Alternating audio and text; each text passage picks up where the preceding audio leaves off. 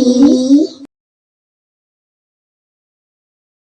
آپ کو معلوم ہے عید قربا اسلامی مہینے ذوالحج کی 10 تاریخ کو منائی جاتی ہے؟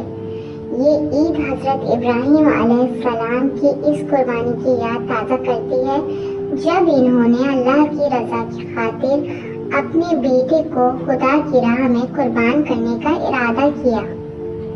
روایت کے مطابق پہلے دن حضرت ابراہیم علیہ السلام نے خواب میں 100 گائیں ذبح کی، دوسرے دن 100 اونٹ ذبح کیے، مگر تیسرے دن خواب کے مطابق اپنے بیٹے کو قربان کرنے کا فیصلہ کیا۔ حضرت ابراہیم علیہ السلام نے اپنے بیٹے حضرت اسماعیل علیہ السلام کو بتایا۔ انہوں نے آپ سے کہا، ابا جان، خدا کے حکم کی تعمیل کیجیے۔ حضرت ابراہیم علیہ السلام نے اپنے بیٹے کو ایک ویران جگہ لے جا کر آپ کو قربان کرنا چاہا۔ باپ نے بیٹے کو زمین پر لیٹایا اور اپنی آنکھوں پر پٹی باندھ دی تاکہ شفقت میں اپنے عزم سے نہ ہٹ سکے۔ باپ نے بیٹے کی گردن پر چھری چلائی۔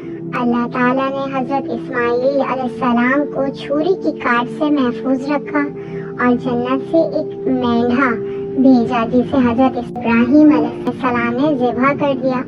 اللہ تعالیٰ کو یہ انداز اس قدر بھایا کہ اس سنت کو قیامت تک جاری کر دیا۔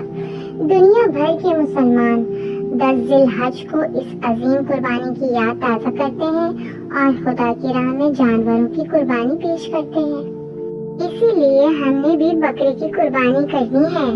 میں نے اپنے بھائی کے بکرے کے لیے ایک نظم یاد کی ہے، میں سناتی ہوں۔